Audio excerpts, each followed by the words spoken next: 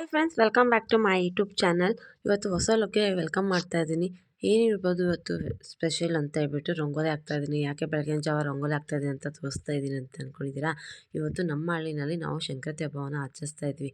ಆ ಕಾರಣಕ್ಕೆ ನಾವು ಬೆಳಗ್ಗೆ ಎದ್ದು ಬಂದು ಈಗ ದೇವಸ್ಥಾನ ಹತ್ರ ಎಲ್ಲ ಕ್ಲೀನ್ ಮಾಡಿ ಈಗ ರಂಗೋಲಿ ಹಾಕ್ತಾ ಇದ್ವಿ. ದೇವಸ್ಥಾನ ಹತ್ರ ಯಾಕೆ ಕ್ಲೀನ್ ಮಾಡಿ ರಂಗೋಲಿ ಹಾಕ್ತಾ ಇದ್ದೀವಿ ಅಂದರೆ, ನಮ್ಮದು ದೇವ್ರ ಹುಚ್ಚು ಮಾರಿಯಮ್ಮ ಮತ್ತು ವೇಣುಗೋಪಾಲ ಸ್ವಾಮಿ ಎರಡೂ ದೇವ್ರಿಗೂ ದೇವ್ರ ಹುಚ್ಚುವನ್ನು ಮಾಡಿಸ್ತೀವಿ ನಾವು ಸಂಕ್ರಾಂತಿ ಹಬ್ಬದ ದಿವಸ. ಮೆರವಣಿಗೆ ಹೋಗಿ ಬಂದಮೇಲೆ ನಮ್ಮ ಹಳ್ಳಿನಲ್ಲಿ ಎತ್ತುಗಳನ್ನ ಬಿಡುವಂಥದ್ದು. ಅದೆಲ್ಲ ಆದಮೇಲೆ ದೀಪವನ್ನು ಎತ್ಕೊಂಡು ಹೋಗ್ತೀವಿ. ಆ ಕಾರಣಕ್ಕೆ ನಾವು ಇವತ್ತು ನಮ್ಮ ಹಳ್ಳಿನಲ್ಲಿ ವರ್ಷವೂ ಅಷ್ಟೇ ಸಂಕ್ರಾಂತಿ ಹಬ್ಬದ ದಿವಸ ನಮ್ಮದು ದೇವ್ರ ಹುಚ್ಚು ಆಗುತ್ತೆ.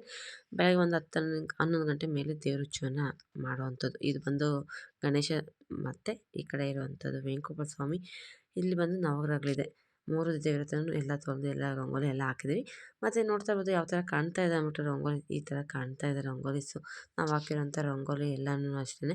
ಹಾಗೆಯೇ ಬಂದು ಗ್ರಾಮ ದೇವತೆ ಹತ್ರನೂ ಕೂಡ ತೊಳೆದು ಎಲ್ಲ ರಂಗೋಲಿ ಹಾಕಿದ್ದು ನೋಡಿ ಇರ್ಬೋದು. ಈ ಥರ ಇದೆ ರಂಗೋಲಿ.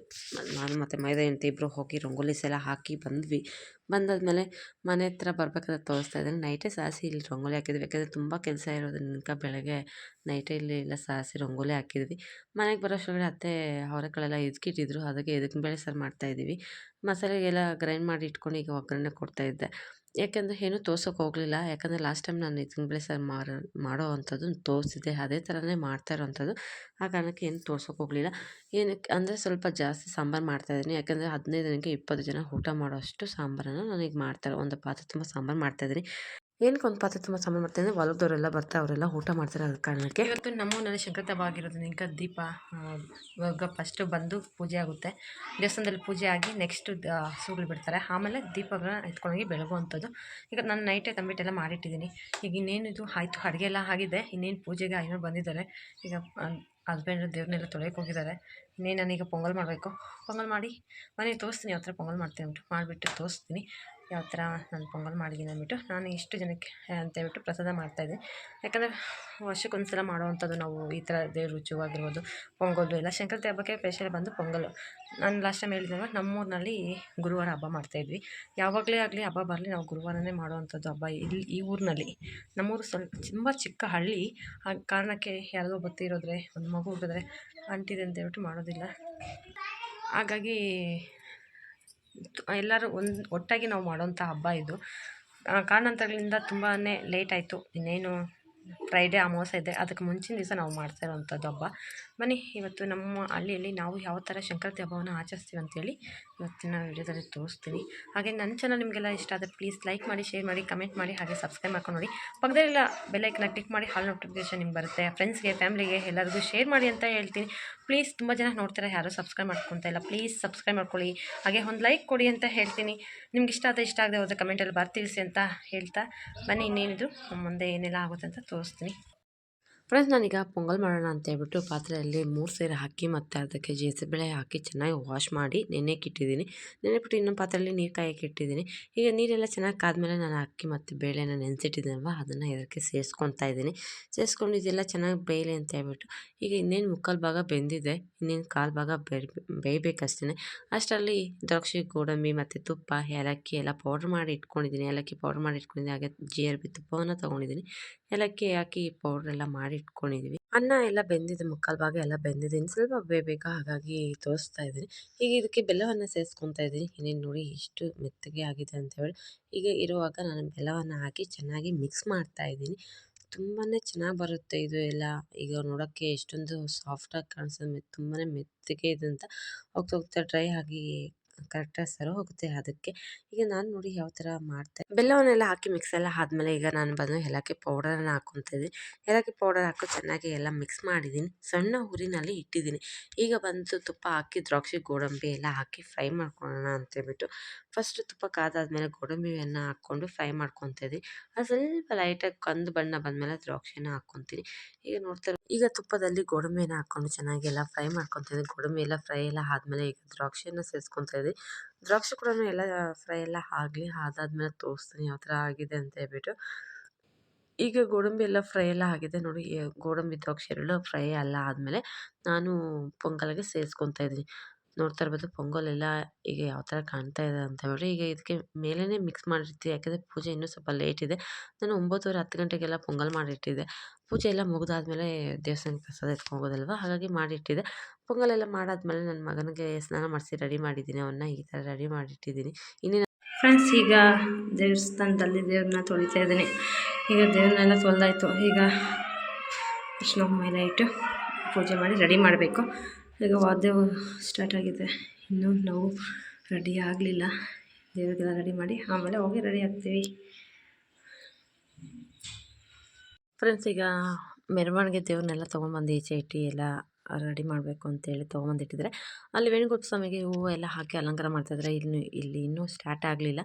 ಹಸ್ಬೆಂಡ್ ಇನ್ನೂ ಬರ್ತಾರೆ, ಹೂವೆಲ್ಲ ಎತ್ಕೊಂಡು ಬಂದು ಅಲಂಕಾರ ಮಾಡ್ತಾನೆ. ಅಷ್ಟರೊಳಗೆ ನಾನು ದೇವ್ರಿಗೆ ಅರಿಶಿನ ಕುಂಕುಮ ಎಲ್ಲ ಇಟ್ಟು ನಾನು ಈ ಥರ ಅಲಂಕಾರ ಮಾಡಿದ್ದೀನಿ. ದೇವ್ರಿಗೆ ಯಾವ ಥರ ಕಾಣ್ತಾ ಇದೆ ಅಂತ ಹೇಳ್ಬಿಟ್ಟು ಇನ್ನೂ ಹೂವೆಲ್ಲ ಹಾಕಲಿಲ್ಲ. ಈಗ ಎಲ್ಲ ಹಾಕಿ ಅಲಂಕಾರ ಮಾಡ್ತೀನಿ. ಈಗ ಮಗನಿಗೆ ಹಾಗೆ 500 ಬಟ್ಟೆ ಇಟ್ಟಿದ್ರಂತ ಅದನ್ನು ತೊಗೊಂಡು ತೋರಿಸ್ತಾ ಇದ್ದೀನಿ. ಯಾವ ಥರ ಕಾಣ್ತಾ ಇದ್ದೀನಿ ಅಮ್ಮ ಅಂತ ಹೇಳ್ಬಿಟ್ಟು ತೋರಿಸ್ತಾನೆ. ತುಂಬ ಚೆನ್ನಾಗಿ ಕಾಣ್ತಾ ಇದ್ದ ಬಟ್ಟೆ ಇಟ್ಟಿರೋದನ್ನ. ಈಗ ಅದಕ್ಕೆ ಚೆನ್ನಾಗಿದೆ ಅಂತ ಹೇಳಿದೆ. ಹಸ್ಬೆಂಡಿಗೆ ಹೂವೆಲ್ಲ ತೊಗೊಂಬಂದು ಮೆರವಣಿಗೆ ದೇವರಿಗೆ ಆಗ್ತಾ ಇದ್ದಾರೆ, ನೋಡ್ತಾ ಇರ್ಬೋದು. ಇಲ್ಲಿ ಬಂದು ಮೈದನ ಮಗ ನನ್ನ ಮಗ ಇಬ್ಬರು ಬಟ್ಟೆ ಇಟ್ಕೊಂಡು ತೋರಿಸ್ತಿದ್ದೆ. ನಾನೀಗ ದೇವರಿಗೆ ಹೂವೆಲ್ಲ ಹಾಕಿ ಪೂಜೆ ಮಾಡಿದ್ದೀನಿ. ಮಂಗಳಾರತಿ ಎಲ್ಲ ಮಾಡಿಟ್ಬಿಟ್ಟು ನಾನೀಗ ಕೂತ್ಕೊಂಡಿದ್ದೀನಿ. ಪೂಜೆ ಎಲ್ಲ ಆಯಿತು. ನಾನೀಗ ಈ ಥರ ಪೂಜೆ ಮಾಡಿದ್ದೀವಿ. ಇನ್ನೂ ದೇವ್ರಿಗೆ ಆಮೇಲೆ ಪೂಜೆ ಮಾಡ್ತಾರೆ. ಯಾಕಂದರೆ ದೀಪವೆಲ್ಲ ಬೆಳಗ್ತಾರಲ್ವ, ಆಗ ತುಂಬಾ ಹೂವೆಲ್ಲ ಹಾಕಿ ಪೂಜೆ ಎಲ್ಲ ಮಾಡ್ತಾರೆ. ನೋಡೋಣ, ಆದರೆ ಎಷ್ಟಾದರೆ ಅಷ್ಟು ಕವರ್ ಮಾಡ್ತೀನಿ. ಹಾಗೆ ಇಲ್ಲಿ ದೇವರ ಪೂಜೆ ಮೆರವಣಿಗೆ ಸ್ಟಾರ್ಟ್ ಆಗಿದೆ. ಈಗ ದೇವ್ರು ಎತ್ಕೊಂಡ್ಬರ್ತಿದ್ದಾರೆ ನಮ್ಮ ಮನೆ ಮುಂದೆ.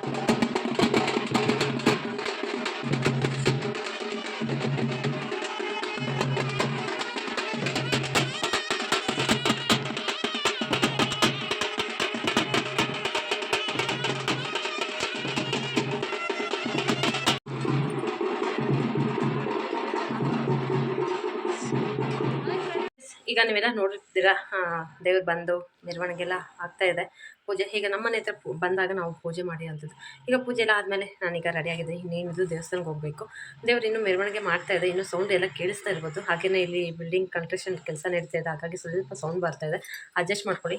ಹಾಗೆ ಈಗ ದೇವರೆಲ್ಲ ಊರು ಸುತ್ತು ಬಂದಮೇಲೆ ದೇವಸ್ಥಾನಕ್ಕೆ ಬರುತ್ತೆ. ಬಂದಮೇಲೆ ದೇವಸ್ಥಾನ ಎತ್ಕೊಂಡು ಒಳಗಡೆ ಇಡ್ತಾರೆ. ಇಟ್ಟಾದಮೇಲೆ ನಾವು ಇನ್ನು ದೇವಸ್ಥಾನಕ್ಕೆ ಹೋಗಿ ಪೂಜೆ ಮಾಡುವಂಥದ್ದು, ಪ್ರಸಾದ ಅದೆಲ್ಲನೂ. ಈಗ ಬನ್ನಿ ಹೋಗೋಣ. ಹೋಗಿ ದೇವಸ್ಥಾನದಲ್ಲಿ ಪೂಜೆ ಮಂಗಳಾರತಿ ಎಲ್ಲ ತೊಗೊಂಡು ಆದರೆ ಕವರ್ ಮಾಡ್ತೀನಿ, ಇಲ್ಲಾಂದರೆ ನೆಕ್ಸ್ಟ್ ಆಮೇಲೆ ಸಿಗ್ತೀನಿ.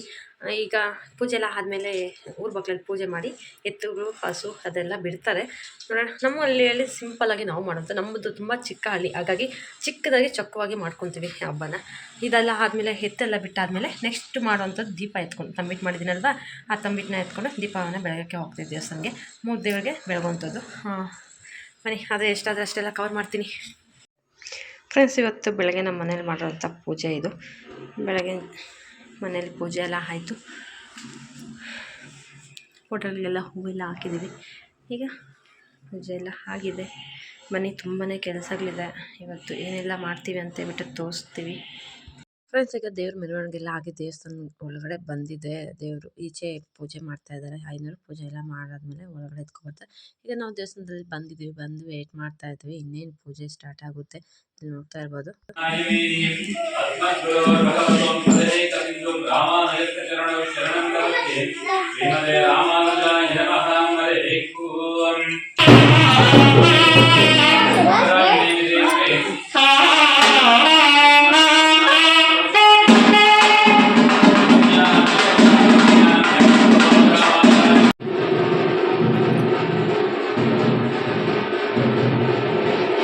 ಫ್ರೆಂಡ್ಸ್, ಈಗ ಗ್ರಾಮ ದೇವತೆಗೂ ಪ್ರಸಾದ ತೊಗೊಂಬಂದು ಇಟ್ಟಿದ್ದೀನಿ. ನೈವೇದ್ಯ ತೊಗೊಂಡ್ಬಂದು ಈಗ ಇಟ್ಟಿರೋವಂಥದ್ದು.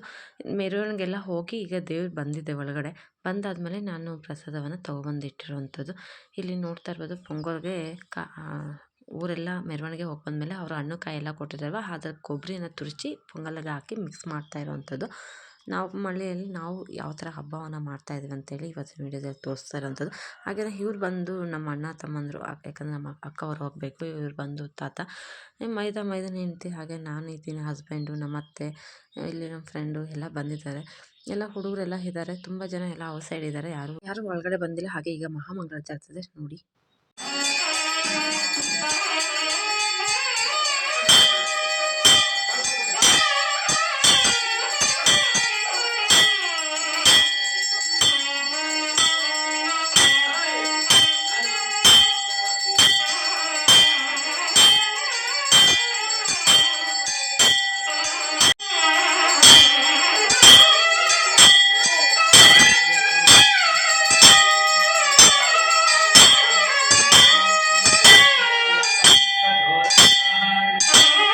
ಫ್ರೆಂಡ್ಸ್ ದೇವಸ್ಥಾನದ ಪೂಜೆ ಪ್ರಸಾದ ಎಲ್ಲ ಆಯಿತು. ಆದಮೇಲೆ ನಾವೀಗ ಮನೆಗೆ ಬಂದ್ವಿ. ಬಂದಾದಮೇಲೆ ಊರ ಬಾಗಿಲಲ್ಲಿ ಪೂಜೆ ಮಾಡಿ ಈ ಥರ ಎತ್ತು ಹಸುವನ್ನ ಬಿಡ್ತಾ ಇದ್ದಾರೆ. ಊರ ಬಾಗಿಲಲ್ಲಿ ಪೂಜೆ ಮಾಡಿರೋದನ್ನೆಲ್ಲ ತೋರಿಸ್ಲಿಲ್ಲ. ಯಾಕಂದರೆ ಎಲ್ಲ ಬರೀ ಜೆಂಟ್ಸೇ ಇರ್ತಾರೆ ಔಟ್ ಸೈಡು. ಈ ಥರ ಎತ್ತುಗಳು ನೋಡಿ ನೋಡಿ ಎಲ್ಲ ನೋಡಿದ್ರೆ ಬರೀ ಬಾಯ್ಸೇ ಇರ್ತಾರೆ. ಹಾಗಾಗಿ ನಾನೇನು ವಿಡಿಯೋ ಮಾಡ್ಕೊಳಕ್ಕೆ ಹೋಗಲಿಲ್ಲ. ಇಲ್ಲೊಂದು ಸೈಡ್ ನಿಂತ್ಕೊಂಡಿರ್ಬೇಕಾದ್ರೆ ವಿಡಿಯೋ ಮಾಡ್ತಿರೋದು. ಯಾಕಂದರೆ ಇಲ್ಲಿ ಗೋಡೆ ಅಡ್ಡ ಇತ್ತು. ಇಲ್ಲಿ ಮರದ ಹತ್ರ ನಿಂತ್ಕೊಂಡು ನಾವು ನೋಡ್ತಾ ಇರೋವಂಥದ್ದು. ಹಾಗಾಗಿ ನನ್ನ ಕೈಲಿ ಎಷ್ಟಾಯಿತೋ ಅಷ್ಟನ್ನ ಮಾತ್ರ ಕವರ್ ಮಾಡ್ತಾಯಿದ್ದೀನಿ. ಫ್ರೆಂಡ್ಸ್ ನೋಡಿ, ಈ ಥರ ಹಸುನ ಕುರಿನ ಎಲ್ಲ ಊರ ಬಾಗಿಲಲ್ಲಿ ಇಟ್ಕೊಂಡು ಬರೋವಂಥದ್ದು ಹೋಗಿ ಅವ್ರು ಹಲ್ಗೆ ಎಲ್ಲ ಹೊಡಿತಾ ಇರ್ತಾರೆ ನೋಡಿ. ಆ ಥರ ಅದಕ್ಕೆ ಕತ್ತಿಗೆ ಬೋಟಿ ಬತ್ತೆ ಎಲ್ಲ ಕಟ್ಟಿರ್ತಾರೆ. ಎಲ್ಲ ಕಿತ್ಕೊಂಡು ಹುಡುಗರೆಲ್ಲ ತುಂಬಾ ಎಂಜಾಯ್ ಮಾಡ್ತಾಯಿರ್ತಾರೆ ಈ ಸಂಕ್ರಾಂತಿ ಹಬ್ಬನ. ಎಲ್ಲರಿಗೂ ಗೊತ್ತೇ ಇದೆ ಎಷ್ಟು ಸ್ಪೆಷಲ್ ಅಂದರೆ ಈ ಸಂಕ್ರಾಂತಿ ಹಬ್ಬ ಹುಡುಗರಿಗೆ ತುಂಬ ಅಂದರೆ ತುಂಬಾ ಇಷ್ಟ. ಕುರಿ ಇರ್ಬೋದು, ಹಸು, ಮೇಕೆ, ಕರು ಎಲ್ಲವನ್ನಕ್ಕೂ ಈ ಥರ ಇದು ಮಾಡ್ತಿದ್ದಾರೆ. ಮತ್ತು ಈ ಹಸುನ ಈ ಥರ ಬಿಟ್ಟಿದ್ದು ಒಂದು ಸಲ ಬಿಟ್ಟು 3 ಸಲ ಹಸುನ ಬಿಡ್ತಾ ಇದ್ದಾರೆ. ಇದು ನೋಡಿ ಯಾವ ಥರ ಓಡ್ತಾ ಇದೆ ಅಂತ. ಅದ್ರ ಹಿಂದೆಗಡೆ ಅವ್ರು ಹೋಗ್ತಾ ಇದ್ದಾರೆ. ಸ್ವಲ್ಪ ಮಿಸ್ ಆದ್ಮೇಲೆ ಆಮೇಲೆ ಇದು ಮಾಡ್ತಾರೆ. ಇವ್ರು ಬಂದು ನಮ್ಮ ಮೈದಾ ಹಸು ಹಿಡ್ಕೊಂಡು ಬಂದಿರೋವಂಥದ್ದು.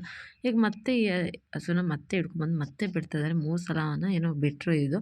ನಾವು ಈಗ ನೋಡ್ತಾ ಇರ್ಬೋದು ಹಬ್ಬದೆತ್ತು ಬರ್ತಾ ಇದೆ. ಇಲ್ಲಿ ನೋಡಿ ಯಾವ ಥರ ಇದೆ ಅಂಥದ್ದು. ಇದು ಬಂದು ಇವತ್ತು ಎಲ್ಲೋ ಬೇರೆ ಕಡೆ ಹಬ್ಬ ಆಯ್ತಂತ ಅಲ್ಲಿ ಹೋಗಿ ಕುಚ್ಚಿ ಗೆದ್ಕೊಂಬಂದಿರೋಂಥ ಎತ್ತುಗಳು ಇವೆರಡೂ ಅಷ್ಟೇ. ತುಂಬ ಅಂದರೆ ತುಂಬಾ ರಾಂಗ್ ನೋಡಿ ಯಾವ ಥರ ಇದೆ ಅಂತ ಹೇಳ್ಬಿಟ್ಟು ಸಿಕ್ಕಾಪಟ್ಟೆ ರಾಂಗ್ ಆಗ್ತಾಯಿತ್ತು. ಈ ಎತ್ತುಗಳು ನೋಡ್ತಾ ಇದ್ರೆ ಭಯ ಆಗ್ತಾಯಿತ್ತು. ಇಲ್ಲಿ ನಮ್ಮ ಹಸ್ಬೆಂಡ್ ಕುರಿ ಹಿಡ್ಕೊಂಬಂದಿದ್ದಾರೆ. ನಿಮ್ಗೆ ಗೊತ್ತಿದೆ ನಮ್ಮ ಮನೇಲಿ ಕುರಿಗಳು ಯಾವ ಥರ ಆಡುತ್ತೆ ಅಂತ ಹೇಳ್ಬಿಟ್ಟು ಹಸ್ಬೆಂಡ್ ಒಂದೇ ಒಂದು ಕುರಿ ಹಿಡ್ಕೊಂಬಂದು ಕರ್ಕೊಂಡು ಹೋಗ್ತಾಯಿದ್ದಾರೆ. ಈ ಎತ್ತುಗಳನ್ನ ಬಿಟ್ಟಿಲ್ಲ ಅವರು. ಅಲ್ಲಿಗೆ ಸೌಂಡನ್ನ ನಿಲ್ಲಿಸ್ಬಿಟ್ರು. ಯಾಕಂದರೆ ಅದು ತುಂಬ ಗಲಾಟೆ ಮಾಡ್ತಾಯಿತ್ತು. ಹಾಗಾಗಿ ಅಲ್ಲಿಗೇಟ್ ಏನೂ ಓಡಿಸ್ಲಿಲ್ಲ. ಹಾಗೆಯೇ ಹಿಡ್ಕೊಂಡು ಹೊರಟ್ಬಿಟ್ರು. ಇಲ್ಲಿ ಹೋಗ್ತಾ ಹೋಗ್ತಾ ಹೋಗ್ತಾ ಇದು ಏನಾಯಿತೋ ಏನೋ ಗೊತ್ತಿಲ್ಲ. ನೋಡಿ ಇಲ್ಲಿ ಬಂದು ತುಂಬಾ ರಾಂಗ್ ಆಗಿಬಿಡ್ತು. ರಾಂಗ್ ಆಗಿದ ತಕ್ಷಣ ಒಬ್ಬರನ್ನ ದಬ್ಬಿಟ್ಟು ಇಲ್ಲಿ ನೋಡಿ ಓಡೋಗಿದ್ದು ಎತ್ತು ಸಿಗಲೇ ಇಲ್ಲ. ಈವ್ನಿಂಗ್ ತನಕನೂ ಸಿಕ್ಕಿಲ್ಲ. ಆಮೇಲೆ ನೋಡಿ ಇನ್ನೊಂದು ಕರು, ಇದು ಬಂದು 2,30,000 ಅಂತ ಈ ಕರು ಬಂದು. ಇಷ್ಟು ಚಿಕ್ಕದಾಗಿದೆ ಕರು. ತುಂಬಾ ಕಾಸ್ಟ್ಲಿ ಅಂತೆ. ಹಬ್ಬದ ಹೋರಿ ಅಂತ ಹೇಳ್ತಾ ಇದ್ದಾರೆ. ಹಾಗಾಗಿ ತುಂಬಾ ಹೈಟ್ ಎಗುರೋದಾಗಿಲ್ಲ. ಎಲ್ಲನೂ ಅಷ್ಟೇ ತುಂಬಾ ನೋಡಿ ಯಾವ ಥರ ಇದು ಮಾಡ್ತಾಯಿದೆ ಅಂತ ಹೇಳ್ಬಿಟ್ಟು ಊರಲ್ಲಿರೋ ಹುಡುಗರೆಲ್ಲನೂ ಈ ಕರು ಹಿಂದೆಗಡೆನೇ ಇದ್ದರು. ಹಾಗೆ ನಾವು ಕೂಡ ವೆಯ್ಟ್ ಮಾಡಿ ನೋಡ್ತಾ ಇದ್ವಿ. ಇಲ್ಲಿ ನಾವೆಲ್ಲ ನಿಂತ್ಕೊಂಡಿರೋದನ್ನ ಹೇಗೆ ವಿಡಿಯೋ ಮಾಡಿದೆ. ಕರು ಹೋಗಿದ್ದನ್ನ ಮಿಸ್ ಆಗೋಯಿತು. ಅದಾದಮೇಲೆ ನೆಕ್ಸ್ಟ್ ಬಂದಿದ್ದು ದೀಪ ಎತ್ಕೊಂಡು ಹೋಗ್ತಾ ಇದ್ವಿ ಈಗ.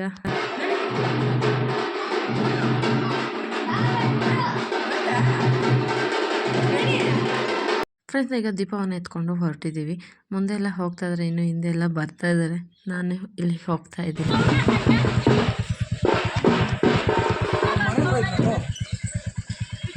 ಫ್ರೆಂಡ್ಸ್ ಈಗ ಎಲ್ಲರೂ ಹೊರಟಿದ್ದಾರೆ. ಹಸ್ಬೆಂಡ್ ಮಗನ್ನ ಕರ್ಕೊಂಡು ಬರ್ತಾಯಿದ್ದಾರೆ. ಇಲ್ಲಾಂದರೆ ಅವ್ನು ನನ್ನ ಎತ್ಕೋ ಅಂತ ಗಲಾಟೆ ಮಾಡ್ತಾಯಿದ್ರು. ಹಸ್ಬೆಂಡ್ ಫಸ್ಟ್ ಟೈಮ್ ಅವರು ಕೂಡ ಬರ್ತಾಯಿದ್ರು ದೇವಸ್ಥಾನ ಹತ್ರ. ಹಾಗೆ ತೋರಿಸ್ತಾ ಇದ್ದೀನಿ ನೋಡಿ. ಇಲ್ಲಿ ನಾನು ನನ್ನ ಫ್ರೆಂಡ್ ಇಬ್ಬರು ಹೊರಟಿದ್ವಿ. ಹೊರಟಾದ್ಮೇಲೆ ಇಲ್ಲಿ ಬಂದು ದೇವಸ್ಥಾನ ಹತ್ರ ಬಂದು ಎಲ್ಲ ಈ ಥರ ಕೂತ್ಕೊಂಡು ದೀಪವನ್ನು ಅಂಟಿಸ್ತಾ ಇದ್ವಿ. ಏನಕ್ಕೆ ಈ ಥರ ಕೂತ್ಕೊಂಡಿದ್ದೀವಿ ಅಂದರೆ ಎಲ್ಲರೂ ಲೈನುಕ್ಕ ಕೂತ್ಕೊಂಡು ಅರಿಶಿನ ಹೋಮ, ಎಲೆ ಅಡಿಕೆ, ಕರ್ಪೂರ, ಸಾಮಗ್ರಿ, ಹೂ ಎಲ್ಲವನ್ನು ಪ್ರತಿಯೊಂದು ಅವರೇ ಬಂದೆಲ್ಲ ತೊಗೊಂಡು ಹೋಗ್ತಾರೆ. ಆಮೇಲೆ ಲಾಸ್ಟಲ್ಲಿ ಹೋಗಿ ನಾವು ಪೂಜೆ ಮಾಡೋವಂಥದ್ದು. ಆ ಕಾರಣಕ್ಕೆ ನಾವೆಲ್ಲ ಈ ಥರ ಕೂತ್ಕೊಂಡು ತಟ್ಟೆನಲ್ಲಿ ಇಟ್ಕೊಂಬಂದಿರೋಂಥ ಅರಿಶಿನ ಹೋಮ ಎಲ್ಲನೂ ತೊಗೊಂಡೋಗಿ ಅವ್ರಿಗೆ ಕೊಡ್ತಾಯಿದ್ವಿ. ಕೊಟ್ಟೆಲ್ಲ ಆದಮೇಲೆ ಈಗ ನಾನು ಕೂಡ ಬಂದು ದೀಪನ ಬೆಳಗ್ತಾ ಇದ್ದೀನಿ. ಬೆಳಗ್ಬಿಟ್ಟು ನೋಡಿ ಇಲ್ಲಿರೋವಂಥ ದೇವಸ್ಥಾನ ಈ ಥರ ಇದೆ. ಗುಡಿ ಕಟ್ಟಲಿಲ್ಲ, ಅವರು ಚಿಕ್ಕದಾಗಿ ಇಟ್ಕೊಂಡಿದ್ದಾರೆ. ಈಗ ನಾನು ಮನೆಗೆ ಬಂದಮೇಲೆ ಇನ್ನೊಂದು ದೇವ್ರಿಗೆ ಪೂಜೆ ಎಲ್ಲ ಮಾಡ್ಕೊಬಂದು ಈಗ ಡ್ರೆಸ್ ಚೇಂಜ್ ಮಾಡಿಕೊಂಡು ತೋಟಕ್ಕೆ ಹೋಗ್ತಾಯಿದ್ವಿ. ತೋಟಕ್ಕೆ ಹೋಗಿ ಬರಬೇಕಾದ್ರೆ ಇಲ್ಲಿ ಗ್ರಾಮ ದೇವತೆ ನೋಡ್ತಾ ಇರ್ಬೋದು. ಬೆಳಗ್ಗೆ ನೋಡಿಸಿದಾಗ ಯಾವ ಥರ ಇತ್ತು, ಈಗ ನೋಡೋಕ್ಕೆ ಯಾವ ಥರ ಇದೆ ಅಂತ. ಊರಲ್ಲಿ ಎಲ್ಲರೂ ಬಂದು ಪೂಜೆ ಮಾಡ್ಕೊಂಡು ಈ ಥರ ಕಾಣ್ತದೆ. ನಮ್ಮ ಹಳ್ಳಿಯಲ್ಲಿ ನಾವು ಸಂಕ್ರಾಂತಿ ಹಬ್ಬವನ್ನು ಯಾವ ಥರ ಆಚರಿಸುವಂತ ಈ ವಿಡಿಯೋದಲ್ಲಿ ತೋರಿಸಿದ್ದೀನಿ. ನಿಮಗೆಲ್ಲ ಇಷ್ಟ ಆದರೆ ಪ್ಲೀಸ್ ಲೈಕ್, ಶೇರ್, ಕಮೆಂಟ್.